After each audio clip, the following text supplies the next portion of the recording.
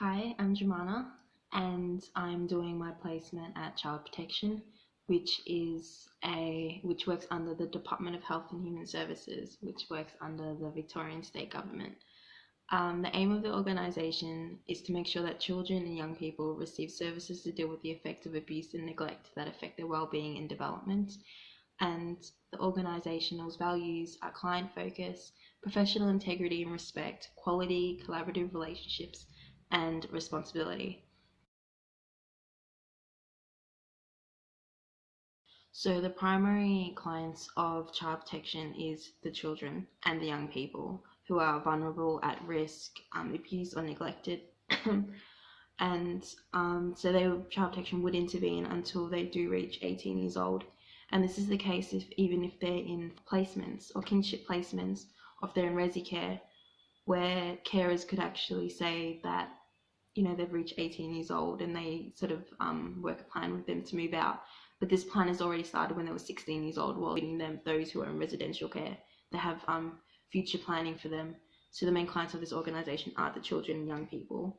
But there are also secondary clients of this organisation, and that would refer to the carers and to the parents, because in child protection you have a dual relationship where you work with both the parents and you'll also work with the child simultaneously. So there's that balance. So you're working with parents when it comes to like drug screens, you're working them when it comes to contact. So just in summary, the clients are children, young people, parents, and also the carers who do need help and assistance. Services that the organisation offers to the clients of this organisation, so the young people and children, is that first of all, the organisation works under the child's best interest framework. So a lot of this stuff is child included or child focused. And so this includes sort of crisis interventions that addresses families' needs of risk in having their children placed in care, comprehensive psychosocial assessments that are strength-based and child-focused. There's also therapeutically informed interventions that acknowledge the complexities of trauma and grief, loss of experience and fear, anger, sadness. There's also lots of support and lots of advocacy in terms of the legal side of it. So you would have at times where children would need to go to court and they would need to say things, and that whole process can be quite complicated and it can be quite distressing. So there's lots of support behind that. So they've also got something called care team meetings, which is in the case management phase, where you would have professionals who are relevant to the child's life and their immediate network. So you would have, their schools, their teachers, their pediatricians, their GPs, their social workers, their youth workers, their criminal justice workers, and they would all come and sort of help make a plan of what to do next, and if appropriate the child can be involved in that, which can be quite empowering. In terms of Indigenous children, child protection is very aware and very open about sort of what to do with that, and there's a whole different process. So they work with VACA and a program extended from that called Likijika, and in that there's a whole process. If an Indigenous child have to be removed from care, they will not be put with another family who's not Indigenous. They would sort of focus on their kinship network, and if that's not safe for the child, then they would go towards a carer who identifies as being Indigenous. So there are all these steps and processes. First of all, a structural organisational issue is that there are hundreds and hundreds of unallocated children in the child protection system. This, from my understanding and my experiences, is just in case management alone. I don't know how many there are in investigations. And by unallocated, I mean they don't have an assigned worker because their carers are deemed being self-sufficient, so they don't need a child protection practitioner to oversee them as every fortnight as other families are. But those who don't have a child protection practitioner can go months and months without seeing a DHHS worker. So although they're seen as capable, they still need help. There is a reason why they're in the system. There is a reason why they need help, but they're not having this sort of support and ongoing support they need. So there's more stress on the carers.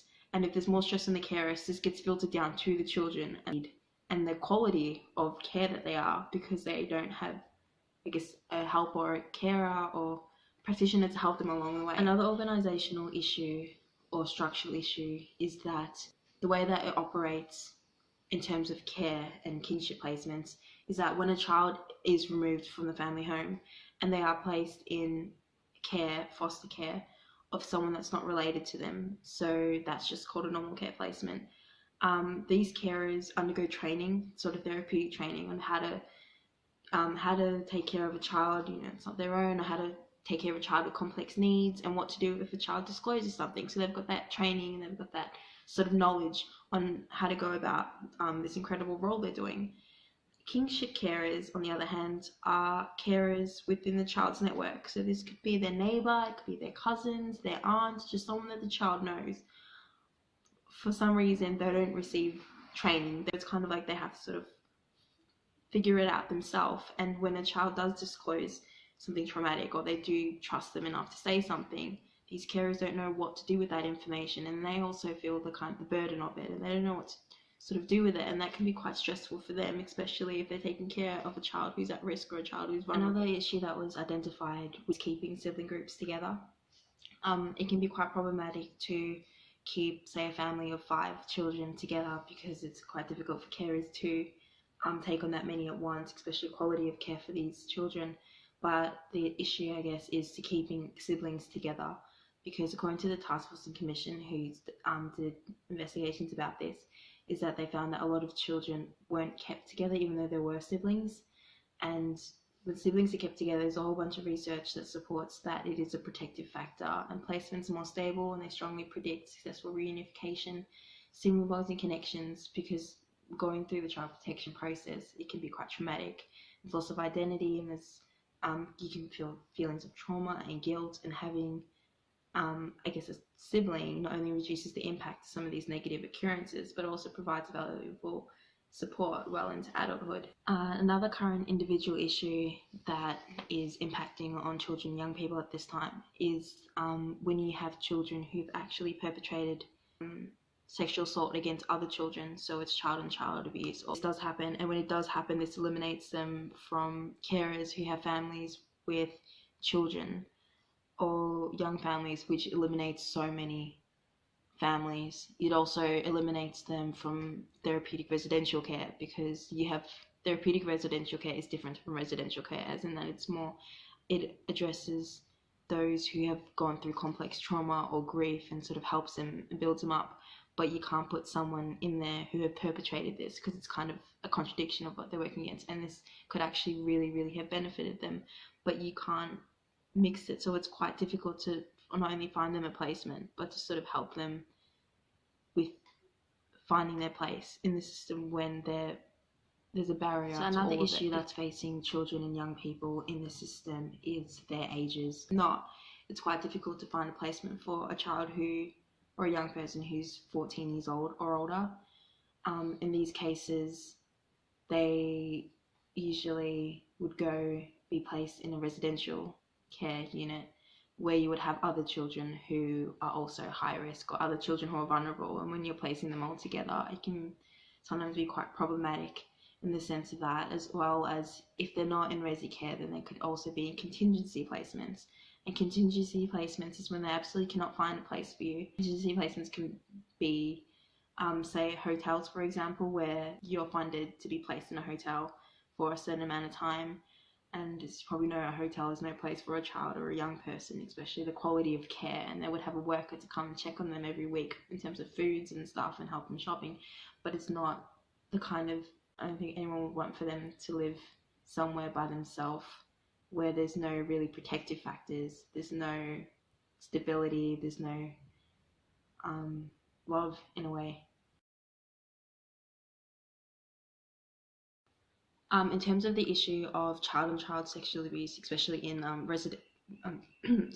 in terms of residential care units, so the Royal Commission, who did the institutionalized sexual abuse of children, found that there is often inadequate supervision of the children in residential care units, and they also found poor follow-through of counselling support for all these children involved in the absence to readdress and compensation for the affected child. What they're proposing is the recommendation that highlights the need for independent body to ensure that the voice of these children and their right to being upheld in matters regarding how they are cared for. And the establishment of independent complaints bodies so they can hear directly from the children, having a model and having the staff and having them to feel safe to actually disclose this and working towards that so they could go on to lead fulfillful lives, and also that they could address that this is happening and they have every right to be heard. In terms of the issue of carers who have children who disclose things, as well as carers who are quite overwhelmed, I guess moving towards a more therapeutic care model framework, which will definitely be effective and definitely help these carers for these children. In saying that, that framework will take a long time. It's found through research, it's found to be quite successful in like Canada and America and New Zealand, where they have a therapeutic care.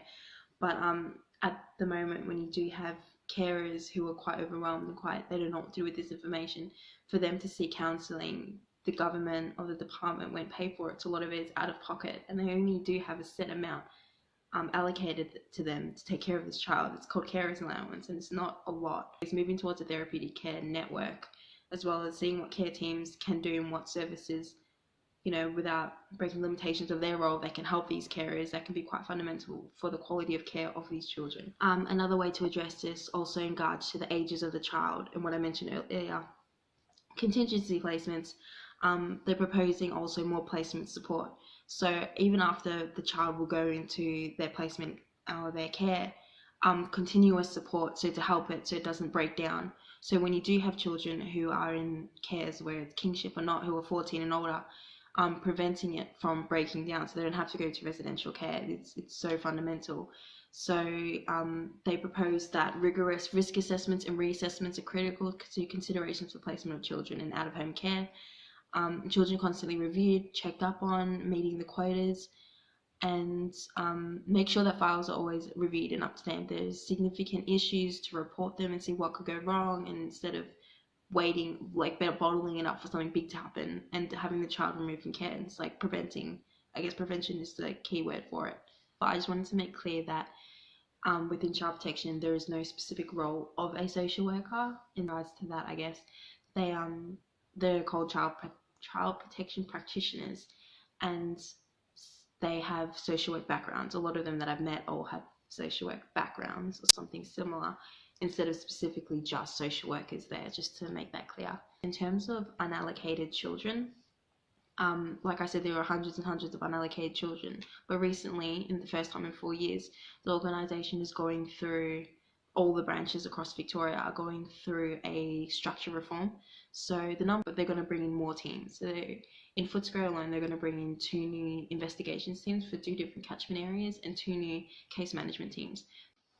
So basically, in summary of all of the things I just said and how the organisation is trying to address all of these gaps in the system, as well as all of the oppressions that are happening, is that there is advocacy on multiple levels. There's system reform, there's advocacy with individuals and families about, you know, the children, what they need, their needs are perceived and felt needs of families, what they need, carers, the therapeutic framework, which is there is a gap for that thing, advocacy within the organisation, with agencies, within the department. And on top of this, it addresses the code of ethics, although social work isn't something that's quite specific in the organisation.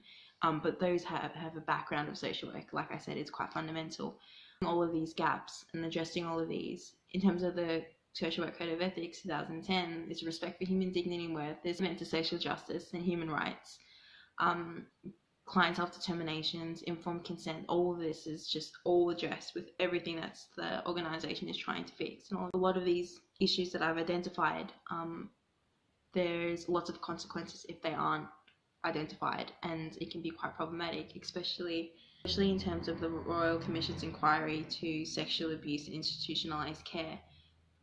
That's been happening for a long time. This isn't just residential care units, this is also churches, this is sports clubs, this is everything that's been happening.